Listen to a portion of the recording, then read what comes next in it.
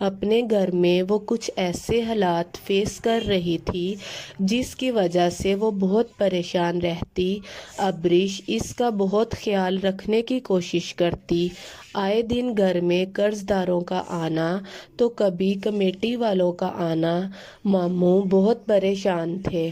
وہ سب چیزوں سے دھنک کو دور رکھنے کی کوشش کر رہے تھے، لیکن اس کے باوجود بھی وہ ان کے سارے معاملات سمجھنے لگی تھی، اور اب ماموں کو دھنک کی شادی کی بہت زیادہ فکر تھی۔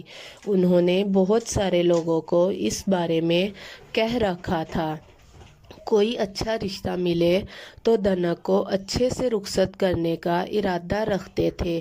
ان کے پاس زینب کے زیورات کے علاوہ جتنی بھی رقم تھی وہ دھنک کی شادی پرسکون طریقے سے کروانا چاہتے تھے، اور اس کے بعد قرض دار اور کمیٹی والوں کا معاملہ صرف ان کا تھا جسے وہ اکیلے ہی سنبھالنے والے تھے۔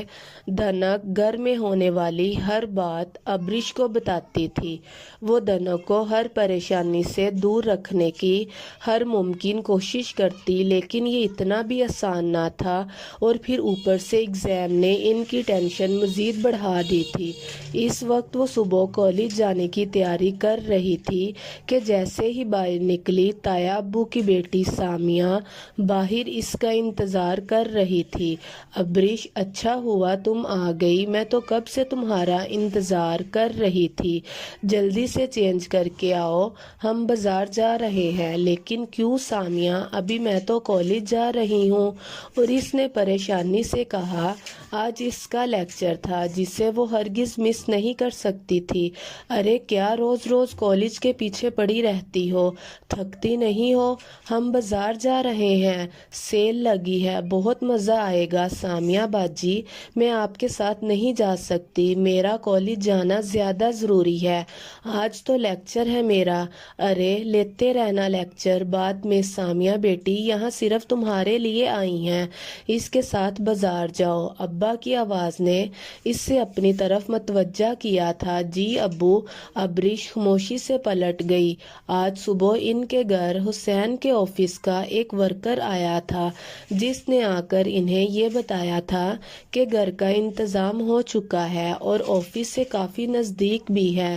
قاسم کو جب سے یہ پتا چلا تھا کہ دورک گھر ڈھونڈ رہا ہے، اس کے غصے کی کوئی انتہا نہ تھی۔ میں پوچھتا ہوں تمہیں یہاں تکلیف کیا ہے؟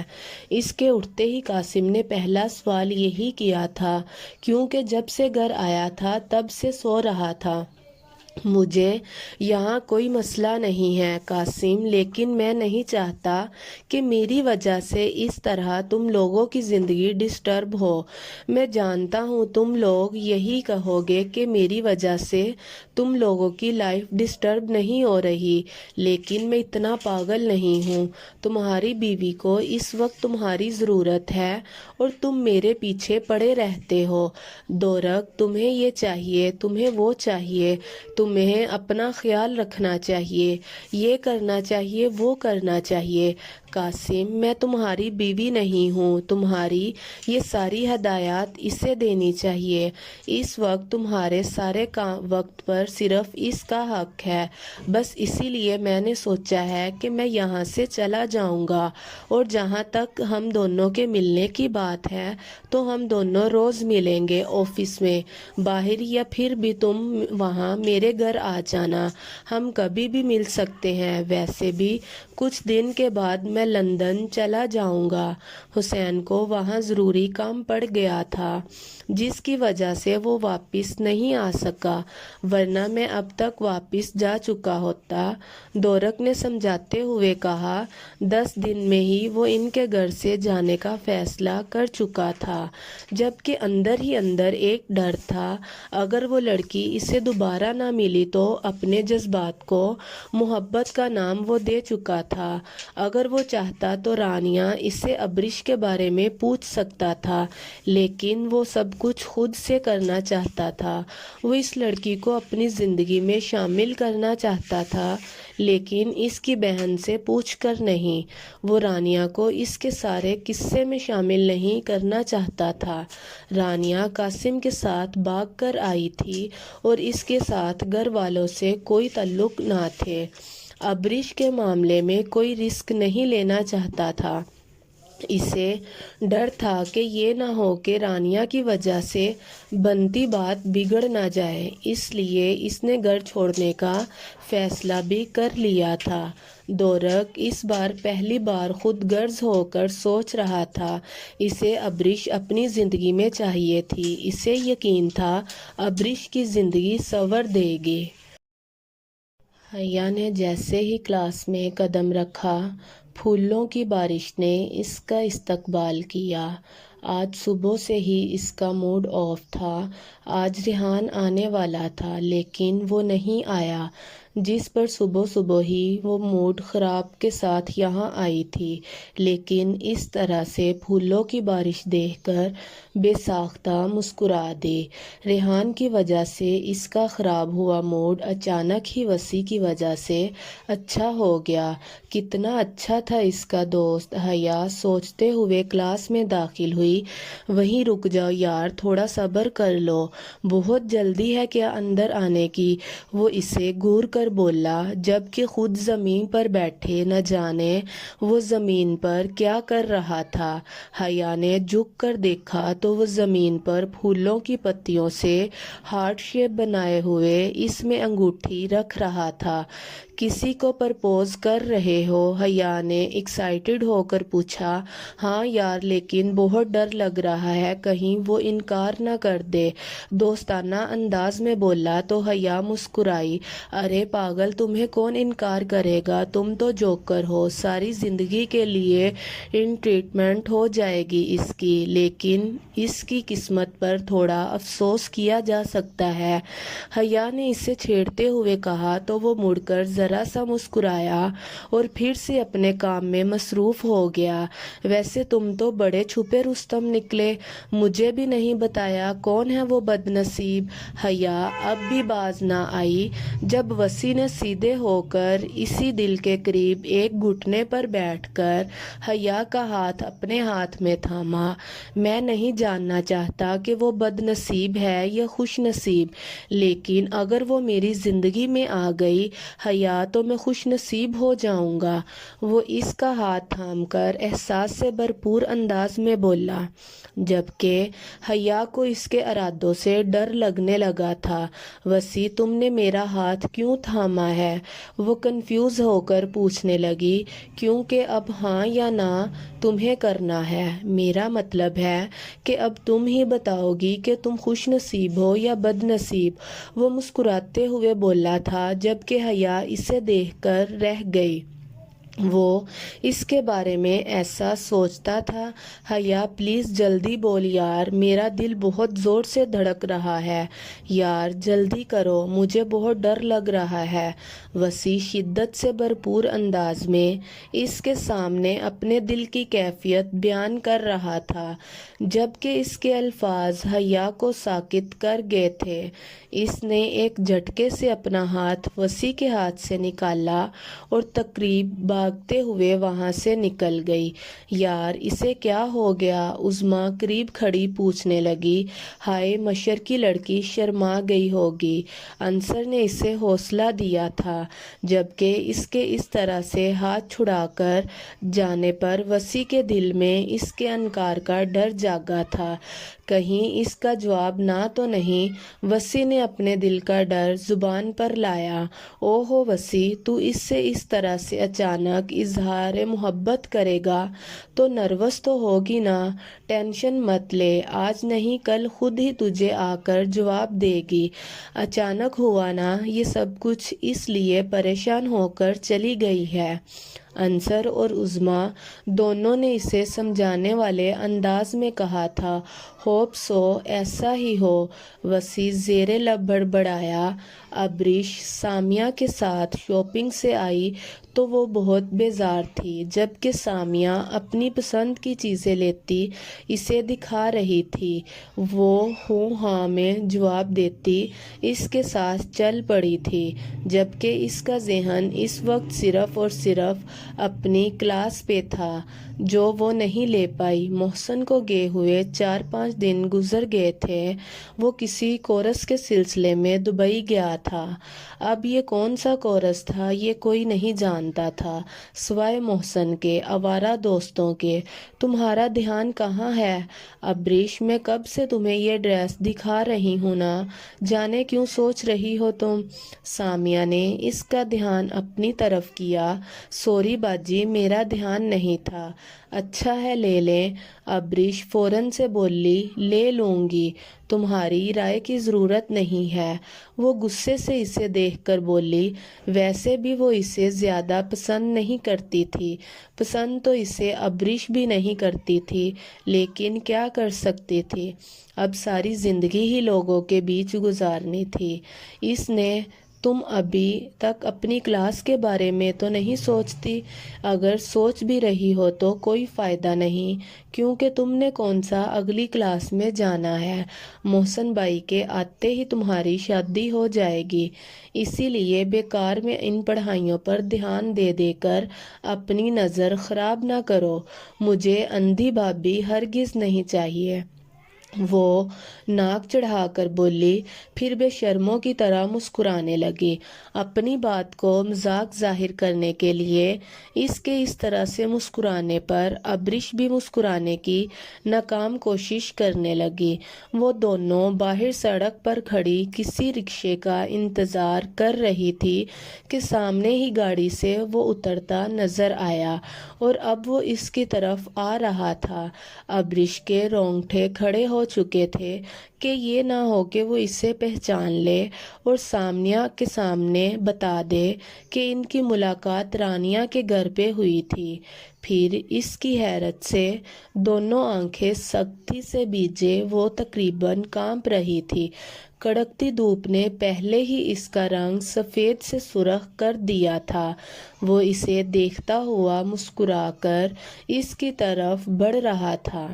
اسے یقین تھا کہ وہ اسے پہچان چکا ہے۔ ابریش نے اپنی آنکھیں کس کے بند کر لی اور اس کے اپنے قریب آنے کا انتظار کرنے لگی۔ 1 2 3، کیا ہو گیا ہے تمہیں ابریش؟ چلو، رکشے والا کب سے رکا ہوا ہے؟ سامیہ اس کا ہاتھ تھام کر رکشے کی طرف لے کے جانے لگی۔ سامنے کوئی نہیں تھا، اس کے قریب کوئی نہیں آ رہا تھا۔ وہ جو اپنی شامت کو اپنی انگلیوں میں گن رہی تھی، پر وہاں کوئی نہ تھا۔ اس نے چاروں طرف نظریں گھما کر دیکھا تو وہ کچھ فاصلے پر کھڑا اسے ہی گور رہا تھا۔ گور نہیں رہا تھا، شاید ان آنکھوں میں نرمی تھی۔ کوئی انجانا سا احساس تھا۔ وہ ایک پل کے لیے اسے دیکھتی ہی رہ گئی تو مسکرایا تھا، لبوں سے نہیں اپنی آنکھوں سے۔ وہ اس سے تقریباً 5-6 فٹ کی دوری پر کھڑا تھا۔ ابریش کو ایسا محسوس ہوا کہ وہ اس کا خوف سمجھ گیا ہو، شاید جان چکا تھا کہ وہ ڈر گئی ہے۔ ابریش خاموشی سے رکشے میں بیٹھ گئی۔ ابریش نے رکشے سے مڑ کر دیکھا تو وہ اسے خود سے دور کھڑا نظر آیا۔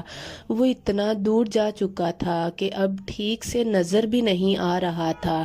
ابریش نے سکون کا سانس لیا۔ اسے شک نہیں، یقین تھا کہ دورک جان بوجھ کر وہاں سے مڑ گیا ہے۔ شاید اس کے چہرے پر خوف دیکھ چکا تھا، وہ سمجھ گیا تھا، لیکن جو بھی تھا ابریش پرسکون تھی۔ دورک بہت خوش تھا۔ آج کتنے دنوں کے بعد بعد اس نے اسے دیکھا تھا، لیکن وہ اتنی زیادہ ڈری ہوئی کیوں تھی؟ وہ لڑکی جو اس کے ساتھ تھی وہ کون تھی؟ جو بھی تھی دورق کو بالکل بھی اچھی نہیں لگی، اور نہ ہی اس نے اتنے دھیان سے اسے دیکھا تھا۔ اس کا سارا دھیان تو ابریش پہ تھا، جو سختی سے آنکھیں بند کیے کھڑی تھی۔ اسے یقین تھا وہ اس سے خوف زدہ ہے۔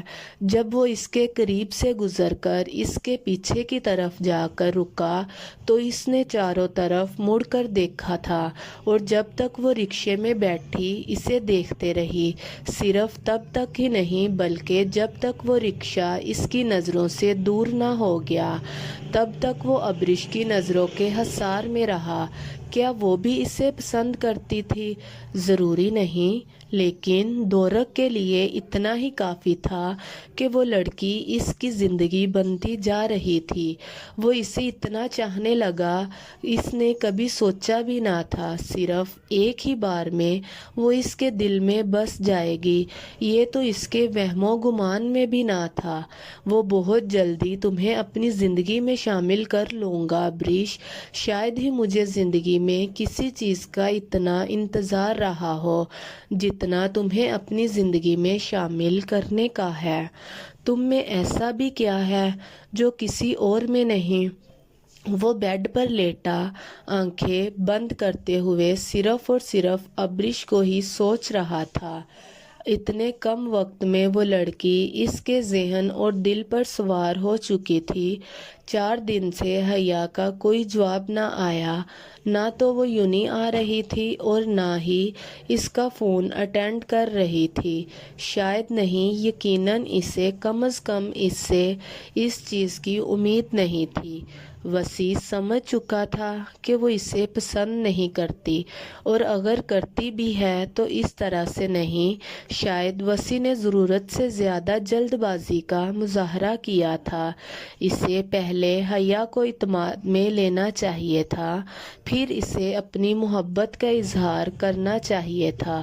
عظمیٰ اور عنصر اسے ابھی تک اس بات کی امید دلائے ہوئے تھے کہ حیا کا جواب ہاں ہوگا، لیکن وسیع سمجھ چکا تھا کہ حیا کا جواب ہاں نہیں بلکہ نہ ہے، ورنہ وہ اس کا فون اٹھاتی، کم از کم یونیورسٹی تو آتی۔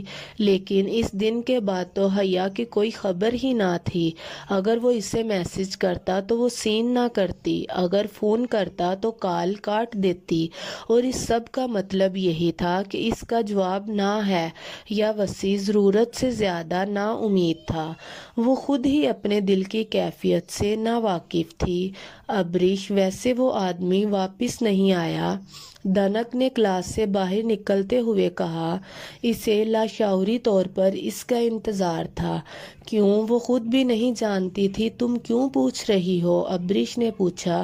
کیونکہ اس نے میرے 60 روپے والی چاٹ پلیٹ گرائی تھی، دھنک نے بے تکی سی وجہ بتائی۔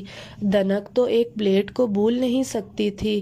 مجھے اندازہ بھی ہے کہ تو نے اس کی برانڈڈ شرٹ خراب کی ہے، اور ویسے بھی اس نے تجھے کنٹین میں چلنے کی آفر کی تھی، تو وہاں جا کر اس کے پیسوں سے کچھ بھی کھا سکتی تھی، جو کم از کم 60 روپے سے تو زیادہ کا ہی ہوتا۔ ابریش نے اسے وہ والی آفر یاد کروائی تھی۔ میں کیوں کھاتی کنٹین کی مہنگی مہنگی چیزیں؟ اس نے میری 60 روپے والی چاٹ پلیٹ گرائی تھی تو میں نے وہی لینی ہے بس۔ اور جہاں تک اس کی شرٹ کا سوال ہے تو میں نے نہیں کہا تھا کہ برانڈڈ پہن کے آئے؟ دھنک نے ہاتھ جاڑتے ہوئے بات ختم کی۔ جب نظر چاٹ کے ٹھیلے پر پڑی، کھانی ہے؟ ابریش نے اسے ٹھیلے کی طرف دیکھتے ہوئے پوچھا تو اس نے معصومیت سے کہا، ہاں، میں گردن ہلاتی چل کھلاتی ہوں۔ ابریش نے آفر کی تو فوراً سے اس کے ساتھ چل دی۔ وہ 4 دن سے کالج نہیں گئی تھی۔ وسیع نہ جانے اسے کتنی بار فون کر چکا تھا، لیکن اس نے فون نہیں اٹھایا۔ بس ایک ہی سوچ اس کے سر پر سوار تھی، وسیع تو اس کا دوست تھا، اور اس کے بارے میں ایسا کیسے سوچ سکتا تھا؟ کیا وہ اس کے لیے اس طرح کی فیلنگ رکھتا تھا؟ وہ دوستی، وہ مستیاں، اس کی فکر، وہ سب کچھ دکھاوا تھا؟ اگر اس بات کی خبر ریحان کو لگ جاتی ہے تو وہ کیا سوچے گا؟ اس کے بارے میں 4 دن سے مسلسل ریحان بھی اسے فون پر منانے کی کوشش کر چکا تھا، لیکن اس نے ریحان سے بھی بات نہ کی۔ صوبیہ اسے ڈانٹ ڈانٹ کر تھک چکی تھی، لیکن نہ جانے حیا کو کیا ہوا تھا، اس کا یونیورسٹی جانے کا بھی دل نہیں کر رہا تھا۔ آج صبح جب وہ باہر آئی تو ماما اور تائی امی دونوں ہی گھر پر نہیں تھے۔ اس نے ملازمہ سے پوچھا تو پتہ چلا کہ وہ دونوں شاپنگ پر گئی ہیں، جبکہ ان دونوں کی شاپنگ تو پچھلے ہفتے حیا خود کر کے آئی تھی۔ جب وجہ پوچھنے پر پتہ چلا کہ اس بار وہ کسی خاص مقصد شاپنگ پر گئی ہے، نکرانی کا انداز بھی کچھ ایسا تھا کہ حیا پوچھے بنا نہ رہ پائی۔ اس کی زمینی مسکراہٹ حیا کو تجسس میں مبتلا کر گئی جب اس نے یہ بتایا کہ وہ ریحان اس بار سیدھا شادی کرنے کے لیے یہاں آ رہا ہے۔ یہ بات سن کر حیا خاموشی سے کمرے میں واپس آ گئی۔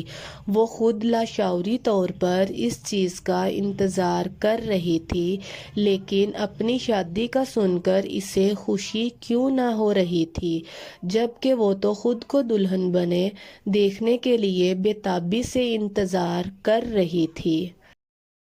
یہ تو بہت اچھی بات ہے ریحان کہ تم شادی کر رہے ہو۔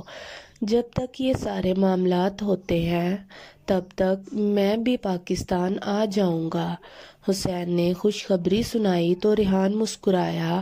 ہاں بالکل، تمہیں آنا چاہیے، آخر کار سب کچھ تم ہی تینوں نے سنبھالنا ہے، لیکن میں تجھے بازی نہیں مارنے دوں گا۔ قاسم نے تو پہلے شادی کر کے ہم تینوں کو ہرا دیا، لیکن دوسرا نمبر میرا ہی آئے گا۔ ہنستے ہوئے کہا، کوئی بات نہیں، دوسرے نمبر پر تو کر لے، میں تیسرے پر کر لوں گا۔ حسین نے ہنستے ہوئے کہا، کیا مطلب تو تیسرے پہ کر لے گا؟ تیرا مطلب ہے کیا تو شادی کے لیے تیار ہے؟ ریحان کو یقین نہ آیا۔ میں شادی کرنے جا رہا ہوں یار، لڑکی میں نے پسند کر لی ہے اور اس بار موم ڈیڈ کو اپنے ساتھ لے آؤں گا۔ میں اپنی زندگی کو بیکار میں ایک گلٹ کی نظر کر رہا ہوں۔ شاید یار، شاید اس لڑکی سے ملنا میرے نصیب میں ہی نہیں ہے، اسی لیے میں نے سوچا ہے کہ اب میں اپنی زندگی میں آگے بڑھوں گا۔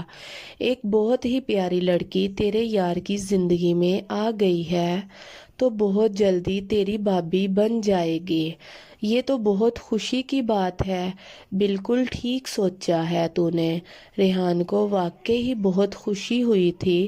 تھوڑی دیر مزید باتیں کرنے کے بعد ریحان نے فون بند کیا۔ اس کی نظر سائیڈ ٹیبل پر رکھی حیا اور اپنی تصویر پر پڑی۔ وہ بے ساختہ مسکرایا، میری شرارتی سی cousin, welcome to my life. اس نے مسکراتے ہوئے حیا کی تصویر کو چوما تھا۔ اب میں تمہیں کبھی شکایت کا موقع نہیں ملے گا، بلکہ ہمیشہ کے لیے تمہیں اپنے ساتھ یہاں لے آؤں گا۔ وہ اس کی تصویر کو دیکھتے ہوئے اپنے آنے والے حسین وقت کو یاد کر رہا تھا۔ کمرہ ٹھیک سے صاف کروا دیا نا؟ ابو نے گھر آتے ہی پوچھا۔ انہیں کرایہ دار مل چکا تھا۔ جی ابو، بے فکر ہو جائیں، میں نے کمرہ ٹھیک سے صاف کروا دیا ہے اور ضرورت کا سارا سامان رکھ دیا ہے، ابرش نے بتایا۔ بہت اچھا کیا، ایک بار پھر سے دیکھ لینا کوئی کمی نہ رہ جائے۔ بہت اچھا لڑکا ہے، میں نے ابھی تک دیکھا تو نہیں ہے، لیکن رفیق بتا رہا تھا کہ باہر سے آیا ہے، 1 مہینہ ہی رہے گا اور پیسے بھی پہلے ہی دے دیے ہیں۔ ویسے تو میں اکیلے لڑکے کو یہاں نہ رہنے دیتا، لیکن وہ یہاں زیادہ وقت نہیں رکے گا، پھر کوئی اچھی سی فیملی دیکھ لیں گے، ابو نے چارپائی پر بیٹھتے ہوئے بتایا۔ کیا مطلب ہے صرف ایک لڑکا ہے؟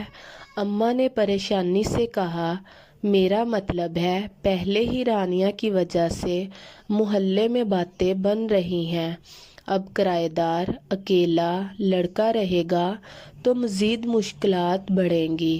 اماں نے ابریش کو اندر بھیجتے ہوئے کہا تھا، کچھ نہیں ہوگا، لوگوں کا تو کام ہے باتیں کرنا، لیکن اس وقت ہمیں پیسوں کی ضرورت ہے اور یہ لڑکا زیادہ پیسے دے رہا ہے، اور وہ دن میں یہاں پر رہے گا بھی نہیں، صبح سویرے نکلے گا اور رات کو واپس آیا کرے گا، اور صرف 1 مہینے کی تو بات ہے۔ ابریش کو کہنا کہ جس دوران وہ لڑکا یہاں گر ہو وہ سامنے نہ آئے۔ پانی کا گلاس لبوں سے لگاتے ہوئے انہوں نے اپنی بے اعتباری کا ایک اور ڈر بیان کیا تھا۔ ابریش نے جو آج ہی صبح سوجی کا حلوہ بنایا تھا پلیٹ لے کر واپس اندر چلے گئی، تو کیا وہ اتنی بے اعتبار تھی کہ کرایہ دار کے ساتھ بھاگ جاتی، حلوے کی پلیٹ کو وہیں رکھتی؟ اس نے پانی کا گلاس لبوں سے لگایا تھا، گلے میں پھنسا آنسوؤں کا گولا آنکھوں کے ذریعے باہر آنے لگا۔ ابریش، وہ حلوہ بنایا تھا لے آؤ، تمہارے ابو تھوڑی دیر میں پھر دکان پر واپس چلے جائیں گے۔ اماں کی آواز نے اسے متوجہ کیا۔ جی امی، آتی ہوں۔ اپنے آنسو صاف کر کے حلوے کی پلیٹ ایک بار پھر سے اٹھانے لگی۔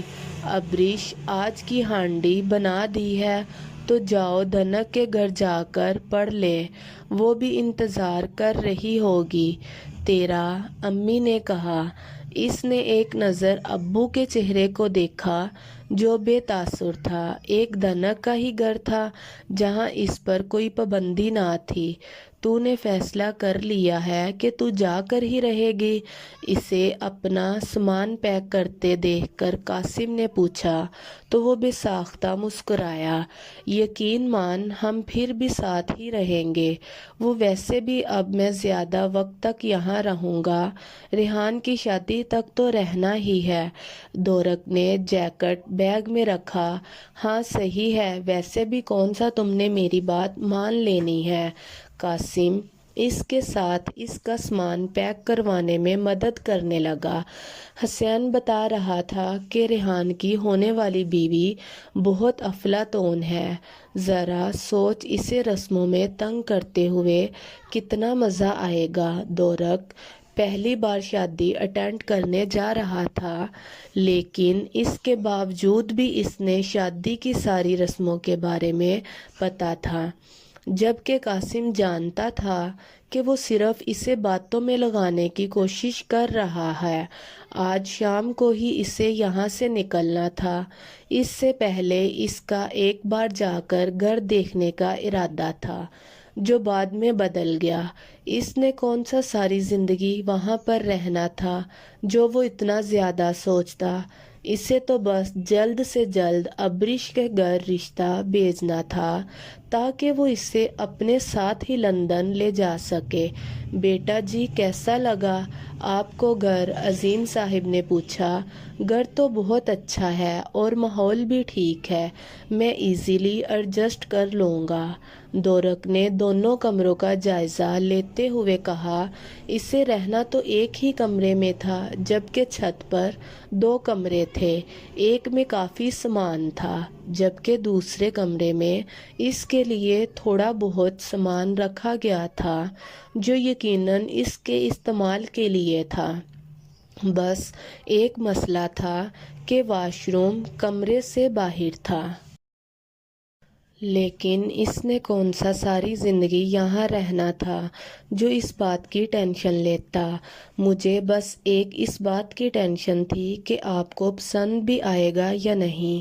یہ الماری ہے، آپ باہر جانے سے پہلے اپنا ضروری سامان یہاں رکھ کر لاک کر دیا کریں، باقی صفائی وغیرہ ہم کروا دیا کریں گے، اور آپ کو کھانے پینے کا بھی کوئی مسئلہ نہیں ہوگا۔ نہیں انکل، کھانے پینے کی آپ کو ٹینشن لینے کی ضرورت بھی نہیں ہے، کھانا میں باہر سے کھاؤں گا۔ دورک نے ان کی ٹینشن مزید کم کی تھی، ورنہ جتنے پیسے دورک نے انہیں دیے تھے ان کا ارادہ اسے ہوٹل جیسی سہولیات دینے کا تھا۔ ٹھیک ہے بیٹا، جیسے آپ کی مرضی، اب آپ آرام کریں، میں نیچے جا رہا ہوں، یہ نیچے میرا ہی گھر ہے، آپ کو کسی چیز کی ضرورت ہو تو بتائیے گا۔ جی ضرور ضرور، دورک نے مسکراتے ہوئے انہیں بھیجا اور خود بیڈ پر گر گیا۔ او یار، یہ اتنا سخت بیڈ ہے۔ دورک واپس اٹھ کھڑا ہوا، مطلب بیڈ چینج کروانا پڑے گا۔ دورک کو اپنی نیند میں خلل پسند نہ تھا، باقی تو وہ جیسے تیسے بھی گزارا کر سکتا تھا، لیکن اپنے سونے کے لیے اسے ایک اچھے بیڈ کی ضرورت تھی۔ انکل سے کہہ دوں کیا؟ دورک نے سوچا تھا۔ نہیں یار، وہ تو شکل سے ہی ایسا لگ رہا تھا کہ میرے یہاں رہنے کی وجہ سے ٹینشن میں ہے۔ ہاں تو کوئی احسان تھوڑی کر رہے ہیں، میں پیسے دے رہا ہوں۔ دورک نے سوچا، پیسے دے رہا ہوں تو اس کا مطلب یہ تو نہیں ہے کہ انہیں فضول میں ٹینشن دیتا رہوں، بیڈ ہی ہے نا، میں خود چینج کروا لوں گا۔ اس نے سوچتے ہوئے اپنے سیکرٹری کو فون کیا تھا۔ یہ گھر اس کے آفس سے اتنا قریب تھا کہ وہ پیدل بھی جا سکتا تھا، اس لیے وہ یہاں رہنے کو تیار ہو گیا تھا۔ بس سے نکلتے ہی اس نے اپنے گھر کے سامنے ایک بڑی سی گاڑی کھڑی دیکھی۔ ادھار مانگنے والے آئے ہوں گے، حد ہے، اپنی اتنی بڑی گاڑی ہے اور میرے ماموں کو سکون سے نہیں رہنے دے رہے، اس گاڑی کو بیچ کر پیسے لے لے۔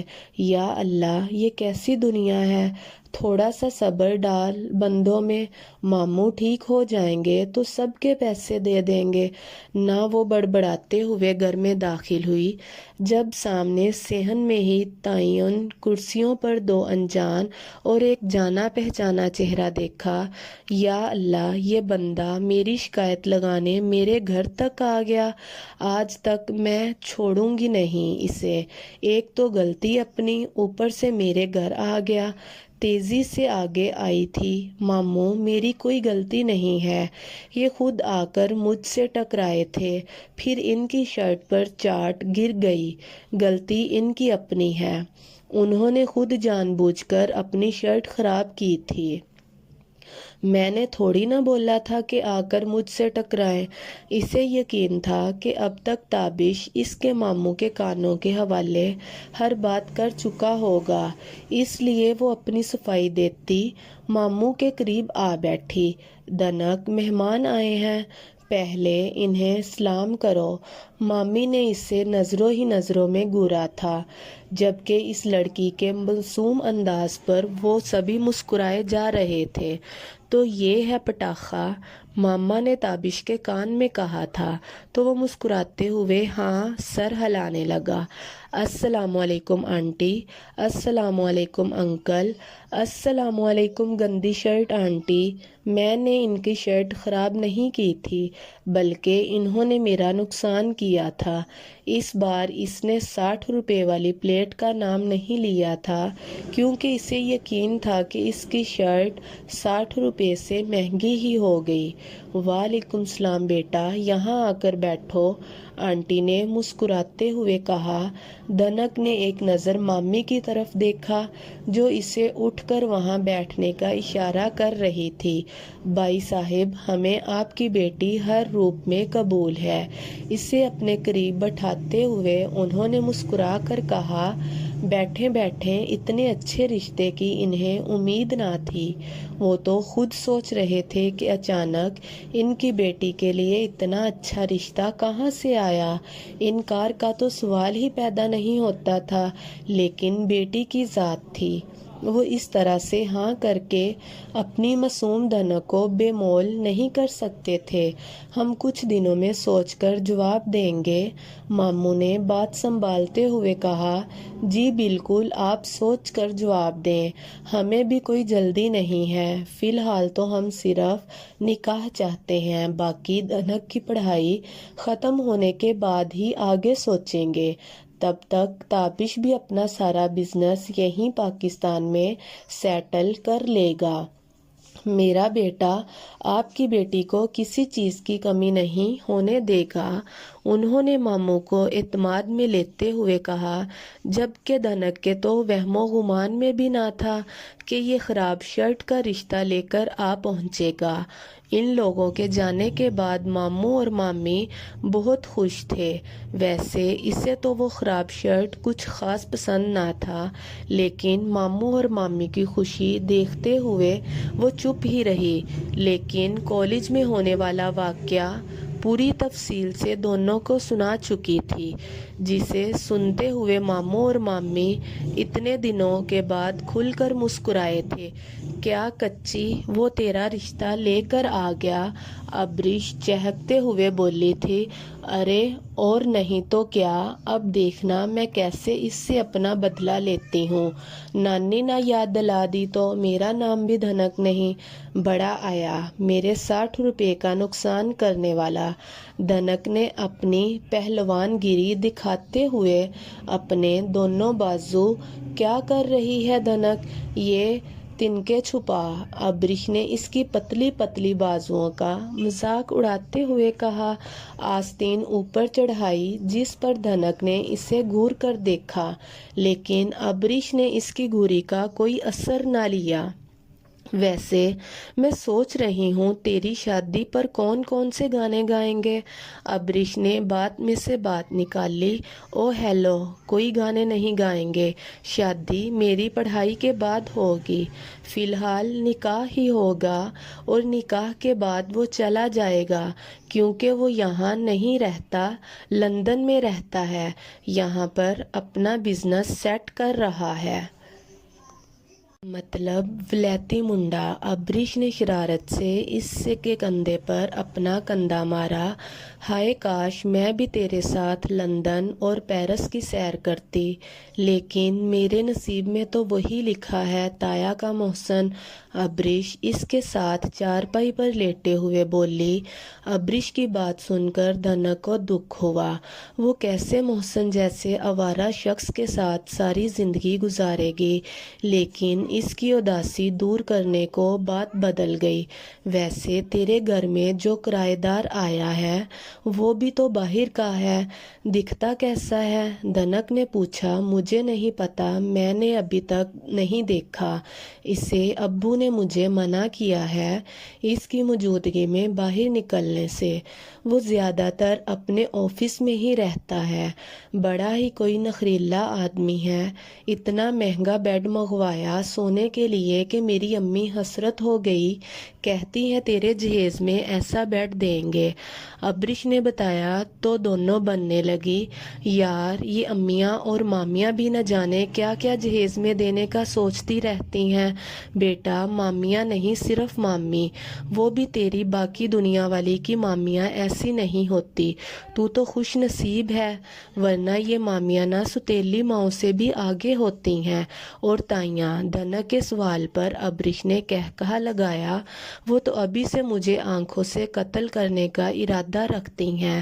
بندہ پوچھے اگر میں پسند نہیں ہوں تو کس نے منتیں کی ہیں رشتہ لانے کے لیے، لیکن نہیں، کہہ رہی تھی کہ احسان مانو میرے محسن کا جو یہاں رشتہ لے کے آیا۔ میں پوچھتی ہوں اس سے محسن کو پوچھتا کون ہے؟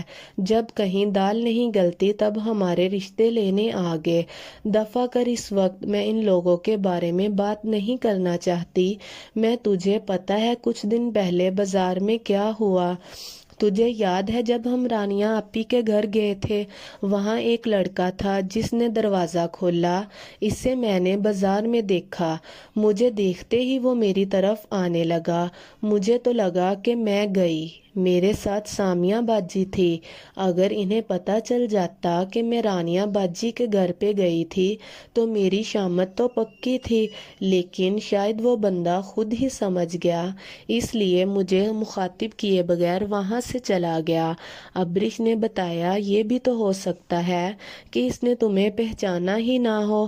دھنک نے کہا نہیں یار، وہ مجھے پہچان چکا تھا، مجھے پکا پتہ ہے۔ ابریش نے یقین سے کہا۔ تھوڑی دیر مزید اس کے گھر ٹھہر کر وہ اپنے گھر چلی گئی۔ ایک ہفتے کے بعد ماموں اور مامی نے رشتے کے لیے حامی بھر دی تھی۔ وہ لوگ بہت خوش تھے۔ اور جلد سے جلد رسم کرنا چاہتے تھے۔ دنک بھی بہت خوش تھی کیونکہ اس کے ماموں اور مامی بہت خوش تھے اسے دلہن بنانے کا سوچتے ہوئے۔ مامی کی آنکھیں تو ابھی سے ہی نم ہونے لگی۔ مامی میں کون سا جوڑا پہنوں گی؟ نکاح والے دن دنک نے بے شرمی کی مثالیں قائم کرتے ہوئے ان کے گلے میں باہیں ڈال کر پوچھا، اس بات کی تجھے ٹینشن لینے کی ضرورت نہیں ہے، تابش کے گھر والوں نے کہا ہے کہ جوڑا ان کے گھر سے آئے گا۔ ارے یہ کیا بات ہوئی، میں اپنی مرضی سے جوڑا لاؤں گی، وہ اس دن میں نے بازار میں پسند کیا تھا اور آپ کو دکھایا بھی تھا، نیلے رنگ والا، دنک نے یاد کرواتے ہوئے کہا۔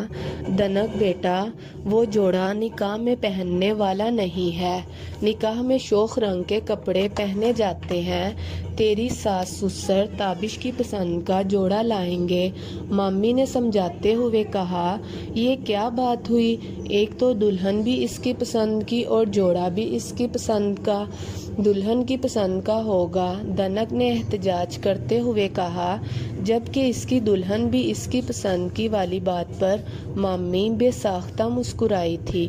خوش قسمت ہے تو من چاہی بیوی بننے جا رہی ہے، اللہ میری بچی کی خوشیوں کو کسی کی نظر نہ لگے، وہ اس کی بلائیں لیتے ہوئے بولی، جس پر دنک کا منہ بن گیا۔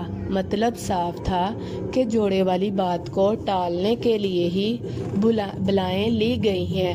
حد ہی کیا کنجوسوں کے گھر پیدا ہو گئی ہوں میں، وہ اونچی آواز میں کہتی ماموں کے سینے سے آ لگی۔ ماموں اپنی بیوی کو سمجھا دیں، شادی پر میں اپنی پسند کا جوڑا لوں گی۔ وہ ان کے سینے پر سر رکھے کن نظروں سے مامی کو گھورتے ہوئے بولی۔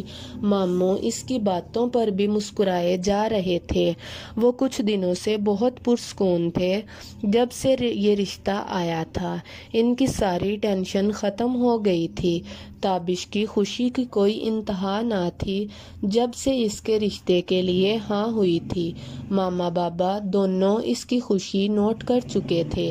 ماما تو ہر تھوڑی دیر میں اس کی نظر اتارتی، ماما آپ نے یہ کیوں کہا کہ ہماری شادی کی جلدی نہیں ہے، اس طرح سے شادی اور بھی لیٹ ہو جائے گی؟ تابش پریشانی سے بولا، جبکہ اس کے اس طرح سے بولنے پر ماما مسکرائی۔ بیٹا وہ ابھی پڑھ رہی ہے، اسے سکون سے اس کی پڑھائی تو مکمل کرنے دو، میں کون سا اس سے حل چلاؤں گا، وہ شادی کے بعد بھی پڑھ سکتی ہے، مجھے کوئی اعتراض نہیں، تابش نے کہا۔ مطلب شادی کے بعد پڑھنے پر کوئی اعتراض نہیں لیکن نکاح کے بعد پڑھنے پر اعتراض ہے، ماما نے مسکراتے ہوئے کہا۔ ماما میرا مطلب یہ نہیں ہے، خیر چھوڑیں، آج میں اسے شاپنگ پر لے کے جاتا ہوں، تابش نے مسکراتے ہوئے کہا۔ بالکل بھی نہیں، دماغ خراب ہو گیا ہے تمہارا، یہ لندن نہیں پاکستان ہے، یہاں کے والدین اپنی بچیوں کو اس طرح سے کسی مگیتر کے ساتھ نہیں بھیجتے، اسے اپنے ساتھ لے جانے کے لیے تمہیں جمعہ کے دن کا انتظار کرنا ہوگا، جب تک تم دونوں کا نکاح نہ ہو جائے تب تک میں خود بھی اس بات سے ایگری نہیں کرتی کہ تم اسے اکیلے لے کر جاؤ، اب چلو میرے ساتھ، ہم اس کے لیے برائڈل ڈریس پسند کریں گے، ماما نے کہا تو تابش کا منہ بن گیا۔ اینی اردو ناول چینل کو لائک اور سبسکرائب کریں اور نیچے دیے گئے بیل آئیکن کے بٹن کو پریس کریں تاکہ ہر آنے والی نئی ویڈیو کا نوٹیفیکیشن آپ کو ملتا رہے۔ انشاءاللہ ملتے ہیں اب سول میٹ کی نیو ایپیسوڈ کے ساتھ، تب تک اپنا بہت سا خیال رکھیے گا اور دعاؤں میں یاد رکھیے گا۔ ٹیک کیئر، اللہ حافظ، بائے بائے۔